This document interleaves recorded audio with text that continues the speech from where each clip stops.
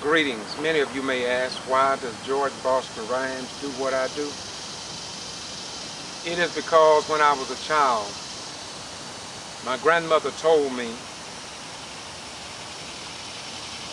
of the history in Brooks County, Lowndes County, Thomas County, and all around this area.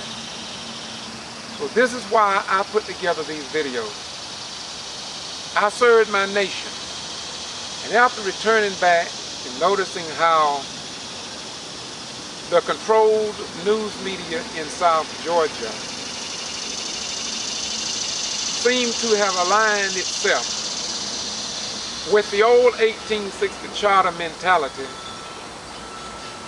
and this was a charter that was displayed in Valdosta City Hall. It's an 1860 charter. It was displayed up until March 2004. I happened to see it one day, and I asked our elected officials to remove it. But reluctantly,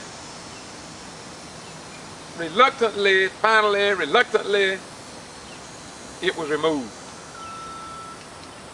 Down the lines of blacks voting that it be taken down, whites mostly wanted to keep it up. After taking that charter down,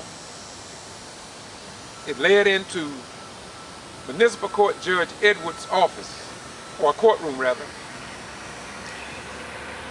I said to myself, so now I kind of understand why Valdosta, Lowndes County, and South Georgia in general is kind of locked down in the 18 or 1900s mentality. That charter said, paragraph 100, section 11, I think it was, or vice versa, that the mayor and council shall pass all proper and necessary laws and ordinances for the control of slaves and free persons of color, and to control, suppress, and abate all nuisances arriving from hogs, dogs, horses, and other livestock straying at large in Valdosta. How could some people not be touched by that kind of language in 2004? I only imagine how a Korean War veteran, a German war veteran, a Kuwait war veteran, Panama Canal war veteran, or any war veteran that put his life on the line just by going into the military, walk through City Hall and see that disgraceful charter displayed. And even today, when you walk into the Valdosta, Georgia mayor's office conference room, and you look at all the pictures on the wall, see how many you see that are reflected of the south side of what John Robinson called the railroad tracks of social divide. Walk around down the hallway where the offices are on the first floor and see how many pictures are depicting blacks or black buildings here in Valdosta. It's like as if though they were never even in the city. And so when our children,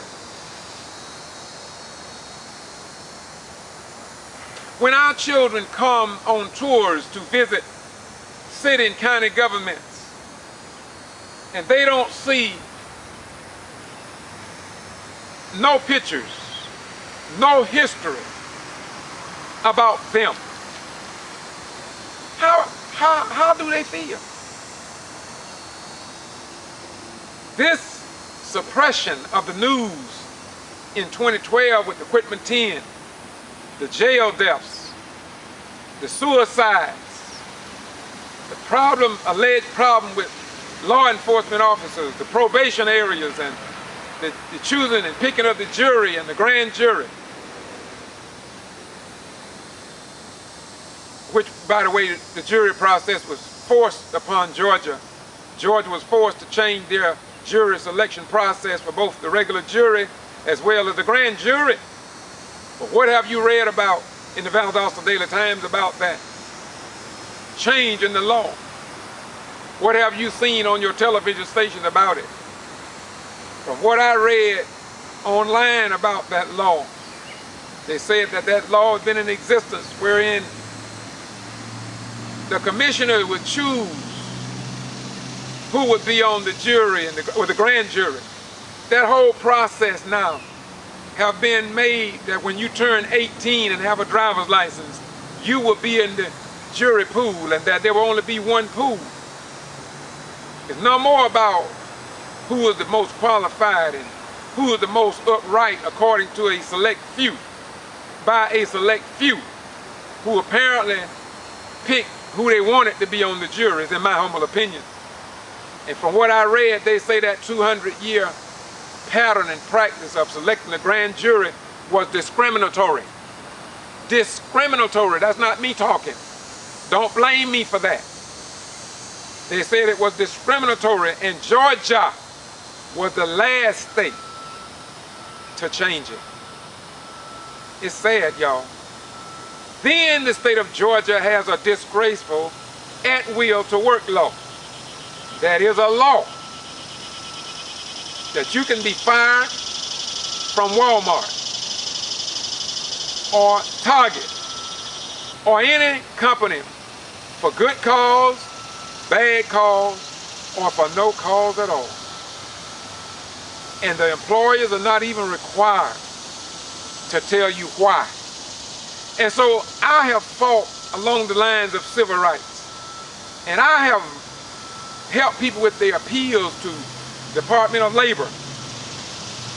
And it just seemed like there is no win for the citizens. And we keep going further and further and further deeper in the mud, losing the little rights that we fought so hard to acquire. And yet, we still talk about we are a land of the free, the home of the brave. How in the heck can we be brave when you got people scared to stand up against their government? Valdosta City Hall, 17 people that work for city government stood before their elected officials asking that they be treated with some level of dignity. One man came to me here in Valdosta. His eyes were red, you've heard me say that before, with dark sunglasses on. And he refused to notify his employer, which is the city, about garbage water getting into his eyes while he was working, because he was afraid to go to the doctor because he said they would terminate him. He said, they terminate you. Talk about how Mr. Whitehead, I don't know whether it's true or not. Now, you know I'm calling people's names, and y'all know I don't normally do that.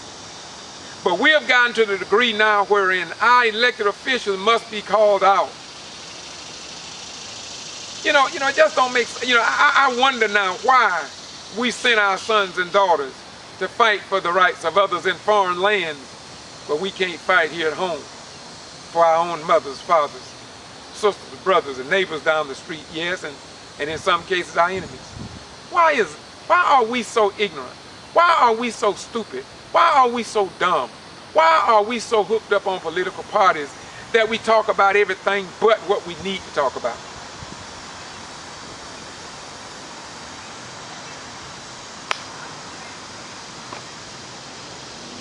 I don't know. I just don't know. I don't know.